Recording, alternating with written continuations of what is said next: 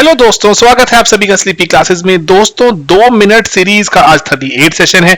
दोस्तों अगर आप 2021 प्रीलिम्स या फिर आप प्रीलिम्स की तैयारी कर रहे हैं, कभी लेटर ईयर पे देख रहे हैं इस वीडियो को, तो एक बात का ध्यान रखिए, ये 2 मिनट सीरीज में हमने बहुत सारे कॉन्सेप्ट्स कवर किए हैं। ना सिर्फ इस बार, जैसे 2021 चल रहा है, अभी 2020 में भी किए थे, उसके पहले 2019 में भी किए थे। तो प्लीज इन वीडियोज को देखिए रिपीटेडली, आप इनमें से दे पाएंगे कि कंटेंट में से कितने सारे क्वेश्चंस निकल कर आ रहे हैं। 2020 में हमने जो क्वेश्चन डिस्कस किए, ना तो सिर्फ जैसे प्रीमिक्स प्रीक्योर की बात नहीं कर रहा, सिर्फ 2 मिनट में सवाल नजर आए। 2019 में सवाल नजर आए, तो मेंस में हमने जब किया, मेंस में सवाल नजर आए। तो ये जो कुछ इंपॉर्टेंट टॉपिक्स रहते हैं, उस साल के जो डिबेट के पार्ट रहते हैं, तो हमें करने चाहिए। जैसे अभी हम करने वाले हैं डिस्कस, ये है अबाउट सीबीडीसी। सीबीडीसी दोस्तों मतलब सेंट्रल बैंक डिजिटल करेंसी। बिल्कुल सरल शब्दों में समझाऊं, जैसे कि आपका आरबीआई रहता है दोस्तों, आरबीआई आपके जो करेंसी नोट है ना, जितने भी आपके जो इशू करता है, 100 रुपए का नोट जैसे आरबीआई इशू करता है, अगर आरबीआई अपनी ऐसे ही एक क्रिप्टो करेंसी, एक डिजिटल अगर एक करेंसी इशू करे, तो उसको सीबीडीसी कहा जाएगा, जो कि आपके देश के सेंट्रल बैंक ने इशू की है। जैसे अभी अगर आप देखें तो जैसे बिटकॉइन है, बिटकॉइन किसी सेंट्रल बैंक ने इशू नहीं किया ना, ये तो रादर डिसेंट्रलाइज्ड है, किसी ने, अभी तो हमें पता भी नहीं नातोशी साकामोटो है कौन, तो उन्होंने जो बनाया, पूरी दुनिया ट्रेड कर रही है इसमें। देन उसके बाद एथीरियम एटसेट्रा है ना, ये चीजों का ध्यान रहे। ये जो डिसेंट्रलाइज्ड लोगों द्वारा बनाई गई जो एक करेंसी है, आपस में लोग ट्रेड भी करते हैं, बहुत सी कंट्रीज अब इसको रिकॉग्नाइज भी करती हैं, भारत नहीं करता, ठीक है, हम उसके बारे में बात करेंगे। तो ऐसे ही अगर किसी कंट्री की सेंट्रल बैंक, अगर किसी कंट्री का सेंट्रल बैंक जैसे उनका आरबीआई अगर कोई क्रिप्टो करेंसी बनाए, वो सीबीडीसी कहलाता है। ठीक है दोस्तों, चलिए अब यहां पे देखते हैं सीबीडीसी, इसीलिए इसको ये लीगल टेंडर है। लीगल टेंडर का मतलब क्या होता है? एक रिकॉग्नाइज्ड करेंसी, जो लॉ के द्वारा मान्य, जिसको मान्यता प्राप्त है, जिसमें आप पेमेंट सेटलमेंट कर सकते हैं। यूपीएससी लीगल टेंडर के डेफिनेशन पर सवाल पूछ चुका है। थोड़ा जो ऑन द स्पॉट दिक्कत आ जाती है, बच्चे घबरा जाते हैं, अरे क्या पूछ लिया, लेकिन थोड़ा ठंडे दिमाग से सोचेंगे आपको आता होगा। ठीक है, लीगल टेंडर है सीबीडीसी, एक लीगल टेंडर बनाने की बात हो रही है, जहां पे सेंट्रल बैंक डिजिटल फॉर्मेट में एक ऐसी करेंसी इशू करेगा जिसको लोग अपनी पेमेंट से सेटलमेंट जो पूरा करने के लिए यूज कर सकते होंगे। ठीक है, इसको सेंट्रल बैंक और आपके देश की जैसे पार्लियामेंट या फिर जो भी सोवरेन बॉडी है, उससे उसकी बैकिंग भी प्राप्त होगी। ऐसा नहीं है कि कोई बिटकॉइन टाइप को ऐसी कोई चीज नहीं है। ओके, तो इसीलिए इलेक्ट्रॉनिक करेंसी है, इसको एक्सचेंज किया जा सकता है। जैसे जैसे अब नॉर्मली जैसे अपने कैश को या ट्रेडिशनल जो चीजों को आप जो एक्सचेंज करते हैं, ठीक है, करेंसी का काम करेगा। एंड इसी तरह से जो प्रॉमिस भी क्या करेगा, एक ट्रेडिशनल करेंसी नोट का, जो आपको दोस्तों नोट होता है। अदरवाइज अगर आप एक नोट की बात करें, जो आपका करेंसी नोट होता है, उसमें जैसे लिखा हुआ है 100 रुपए का नोट है ये, तो 100 रुपए का नोट तो है, तो ये कागज ही है, सिर्फ देखें तो 1 रुपए 2 रुपए का 5 रुपए का कागज ही होगा। तो लेकिन ये कागज की वैल्यू कितनी ज्यादा होती है? 100 रुपए होती है, 500 लिखा तो 500 होती है। क्यों? क्योंकि इस पे आरबीआई के स्टैंप लगी है, आरबीआई के सिग्नेचर हुए हैं किसी के, तो इसलिए आप इसमें जाके 100 रुपए का सामान खरीद पाते हैं, है ना। यही होती है बात जो फिएट करेंसी की, एक्सचेंज वैल्यू वाली करेंसी की। तो सिमिलरली आपके पास सीबीडीसी होगा, ऑनलाइन वॉलेट में आपके जो इसी तरह के पैसे पड़े होंगे, जो आरबीआई द्वारा मान्यता प्राप्त एक करेंसी होगी। ठीक है, अभी उसको उस पर काम जारी है, अभी इशू नहीं हुआ। तो आरबीआई ने यही कहा है कि हम इसी को ही चाह रहे हैं कि आईएनआर को कंप्लीटली कन्वर्ट कर दें डिजिटल फॉर्मेट में। एंड बहुत से फायदे हैं वैसे, हमने जो देखा हुआ है वर्चुअल करेंसी के, कि करेंसी की जो काउंटर फीटिंग होती है, जो नकली करेंसी इशू की जाती है, तो वो नकली करेंसी इशू नहीं बंद हो जाती है ना, अगर आरबीआई डिजिटल फॉर्मेट में अगर सब कुछ ले आएगा अपनी करेंसी को। बहुत से फायदे हैं, जो टेरर फाइनेंसिंग एक्सेट्रा हो रही है वो नहीं होगी। एंड देन जो इसको सीबीडीसी को एक्सेस कौन कर पाएगा दोस्तों? अभी क्या करता है आरबीआई, जो आरबीआई है उसने अगर मार्केट में नया कोई, जैसे उसने आरबीआई ने बहुत सारे नोट छापे, वो नोट छाप के अगर लोगों में सर्कुलेट करने, तो आरबीआई पहले बैंक्स को ही, या फिर जो कुछ और चुनिंदा फाइनेंशियल इंस्टीट्यूशंस भी होते हैं, ठीक है, मतलब अब मान के चलो बैंक्स या कुछ चुनिंदा फाइनेंशियल इंस्टीट्यूशंस, इन तक पहुंचाता है वो नोट, एंड देन वो आगे लोगों तक पहुंचाते हैं। ठीक है, तो जैसे अभी इसी तरह से जो लोगों तक पहुंचने के पहले बैंक्स या फाइनेंशियल इंस्टीट्यूशंस एक इंटरमीडियरी का रोल प्ले करते हैं।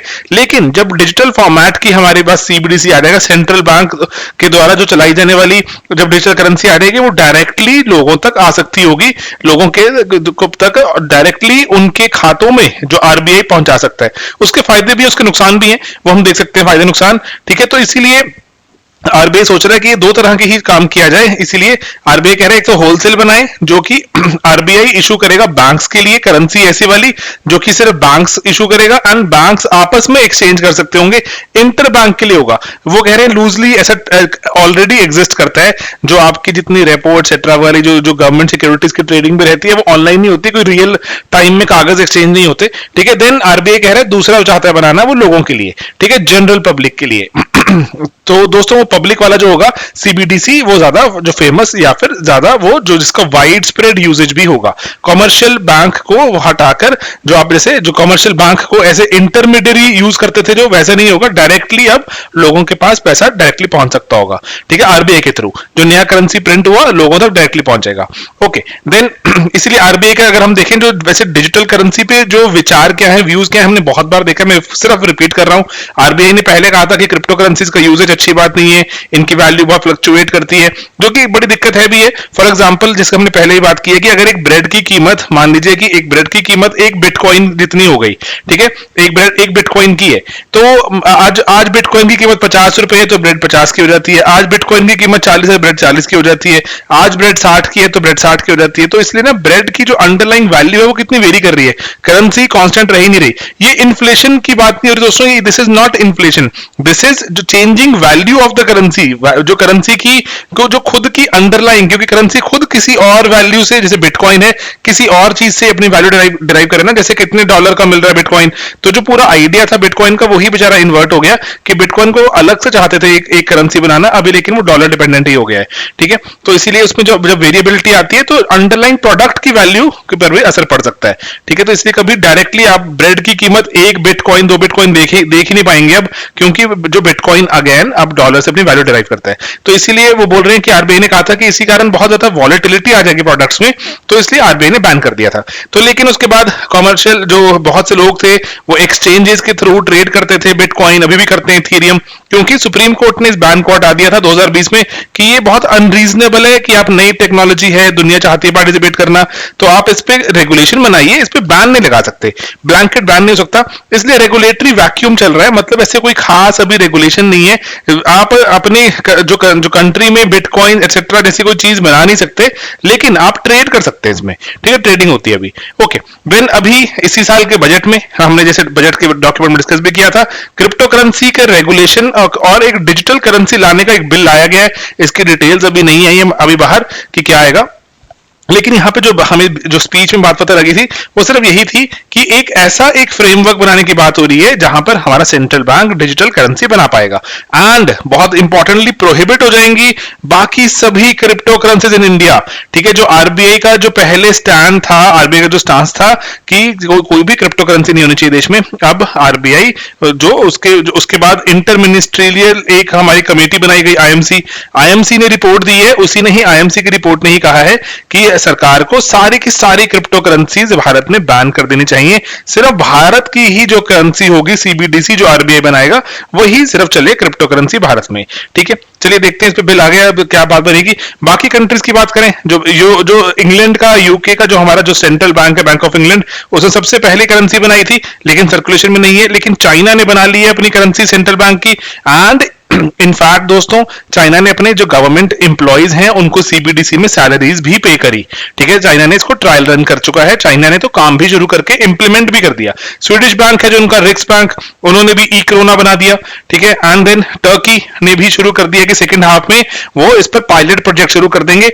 एंड देन उसके बाद जैसे हमारे सेंट्रल बैंक्स होते हैं जितने दोस्तों, उन सेंट्रल बैंक्स की जो एक जो रहता है, जैसे होता है ना सारी दुनिया के जहां सेंट्रल बैंक्स मिल बैठेंगे चार दोस्त, ठीक है, वो वाले चार यार कौन से कहां बैठते हैं, सेंट्रल बैंक्स बीआईएस में, BIS is bank for international settlements, ठीक है। तो जैसे जो आप पढ़ते हैं ना, जैसे बैंकिंग में जो आते हैं बाजल नॉर्म्स आते हैं कि बैंकिंग को और कैसे मजबूत बनाया जाए, बाजल नॉर्म्स किसके द्वारा लाए जाते हैं, बीआईएस द्वारा, ठीक है। तो बीआईएस का मेंबर है हमारा आरबीआई भी, और उन्होंने भी कहा है कि जो इंक्रीजिंगली बहुत सारी जो सेंट्रल बैंक्स हैं वो सीबीडीसीज लाना चाहती हैं, आएंगी भी।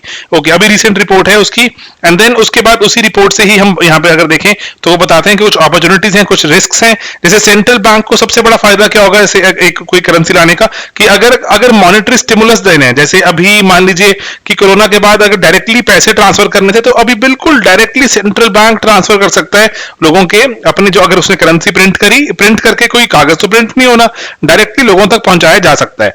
ठीक है, एंड देन उसके बाद इकोनॉमिक स्ट्रेस वगैरह में बहुत काम होगा। वल्नरेबल सेक्शन जो कि जो इंडिविजुअल जो बेनिफिशियरीज है उन तक पहुंचा सकते हैं। देन उसके बाद लेकिन यहां पर एक प्रिवेसी कंसर्न भी है। अगर अथॉरिटेरियन गवर्नमेंट आपकी ट्रैक करती है तो आपने पैसा कहां खर्चा, क्यों खर्चा, बहुत सवाल उठ सकते हैं। प्रिवेसी कंट्रोल, अभी तो नोट है, नोट किसने कहां खर्चा नहीं खर्चा, कोई कोई पता नहीं चलता ना किसने खर्चा। एंड देन उसके बाद मॉनेटरी पॉलिसी पर इसका भी इंपैक्ट होगा।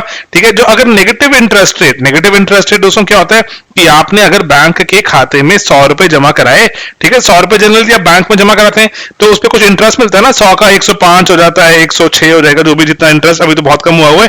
ठीक है, तो 102 103 हो जाएगा कुछ एक साल बाद। लेकिन मान लीजिए कि घटकर 98 रह गया और रखेंगे पैसा 96 रह जाएगा, दैट मींस कि पैसा कट रहा है, नेगेटिव हो रहा है, तो इसको कहते हैं नेगेटिव इंटरेस्ट रेट। ऐसा क्यों करेगा कोई? दोस्तों ऐसा किया जाता है जब सरकारें चाहती हैं कि बैंक में पैसा मत रखिए, जाइए खर्चिए।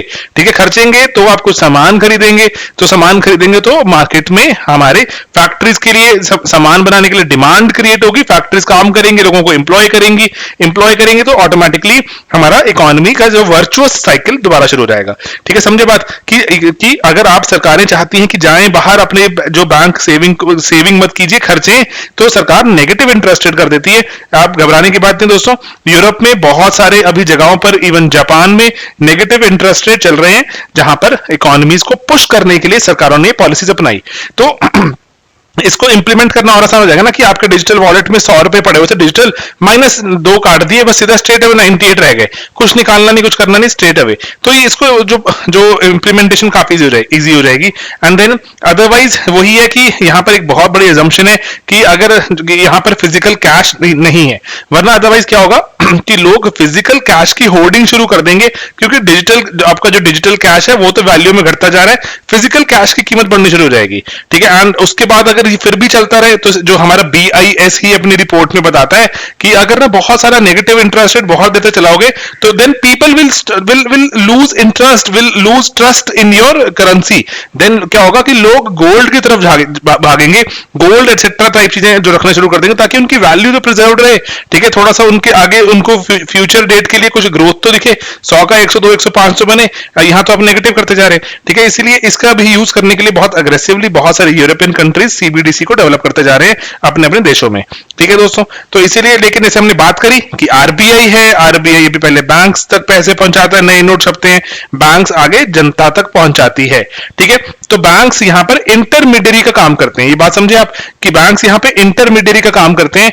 लेकिन जब RBI डायरेक्टली पहुंचाएगा लोगों तक, पब्लिक तक पैसा, ये इंटरमीडियरी खत्म, RBI खुद ही इंटरमीडियरी बन गया। दोस्तों जब RBI खुद ही इंटरमीडियरी बन गया तो इंटरमीडियरी के साथ आते हैं बहुत सारे रिस्क आते हैं कि अगर किसको डायरेक्टली सही पैसा, किस इंसान को सही पैसा नहीं दिया, उसका अगर पैसे किसी और को देने थे, किसी और को दे दिए, तो अब ये, और जो अगर डायरेक्टली लोन दिए जा रहे हैं, अगर दिए जा रहे हैं तो RBI का पैसा डूब गया। ठीक है, तो ऐसे बहुत सारे जो वल्नरेबिलिटीज आने शुरू होती हैं, RBI डायरेक्टली खुद उससे एक्सपोज हो जाएगा, दिक्कत भी हो सकती है। तो इन सब चीजों को दिमाग में रखिए कि क्या RBI लेंडिंग कर सकता है इससे या नहीं कर सकता आम जनता को, क्योंकि अगर डायरेक्टली डील कर रहा है किस लेवल पर डील करेगा, ये सब चीजें यहाँ पर रेगुलेशन में लिखी जानी जरूरी है। ठीक है दोस्तों, तो बस यही एक हमारा छोटा सा अटेम्प्ट था कि आपको जो कुछ चीजों के बारे में बताया जाए। एंड CBDC अगर आपको अखबार में नजर आए तो आपको एकदम से ऐसा ना लगे अरे ये क्या हो गया। तो बस यही जो 38 डे। एंड दोस्तों अगर 2021 की तैयारी कर रहे हैं तो एक बस आपसे वही आपको बताना जरूरी होता है कि हमारा 2021 के लिए एक हमारा चलता आ रहा सदियों से क्रैश कोर्स। ठीक है, 2021 के दिन चलता नहीं आ रहा दोस्तों, 19 के लिए भी आया था, 20 के लिए भी आया था, अब 21 की बारी आ गई है। तो 21 के लिए क्रैश कोर्स है, बहुत रैपिडली कवर करते हैं उसमें स्टैटिक चीजें। ठीक है, एंड देन करंट अभी अफेयर्स भी शुरू हो चुका है, आज बैंकिंग का ही दिवस है, बैंकिंग ही कवर करनी है मुझे आज के दिन। एंड देन उसके बाद देन आप इसमें टेस्ट सीरीज भी कर सकते हैं। जितना कंटेंट कहीं से नॉलेज आपको अच्छी बढ़िया लेवल की नॉलेज मिलती रहे, प्लीज उसको जो कंज्यूम करते रहिए, लेते रहिए, क्योंकि अल्टीमेटली पूछे तो 100 ही सवाल सवाल जाएंगे, उसी उन्हीं 100 सवालों के लिए ही तैयारी चल रही है। लेकिन 100 सवालों के लिए आपको 100 इंटू 100 या फिर एक और इंटू 100 इतना इतना काम करना पड़ता है। तो इतना काम तो करना ही पड़ेगा ना, कि कई बार तो कितना सारा हो गया, 100 into 100 into 100, I don't know कितना हो गया, 10,000, कितना 10 लाख हो गया, 1 2 3 4 5 10 लाख फैक्ट पढ़ने पड़ रहे हैं, जिसमें सिर्फ 100 पूछेंगे। 10 लाख तो नहीं पढ़ने पड़ते, 1 लाख के आसपास तो पढ़ने ही पड़ते हैं, ठीक है। तो इतने तो फैक्ट्स पढ़ेंगे तो ही उसमें से 100 सवाल में से में भी सिर्फ 60 ही कर पाते हैं अच्छे से। तो जितना हो जाए, हम जो नेकी कर दरिया में डालते हैं दोस्तों, मेहनत करते हैं इस एग्जाम में, मेहनत से नहीं घबराना कभी, पढ़ते रहना है बस, बेस्ट अच्छा क्वालिटी कंटेंट आपके लिए लाने की कोशिश करते हैं हर रोज, और आप भी मेहनत कीजिए एंड देखते हैं दोस्तों क्या बनती है कहानी। ऑलराइट, चलिए मिलेंगे अपने अगले वीडियो में बहुत ही जल्द। Bye bye, take care, good night.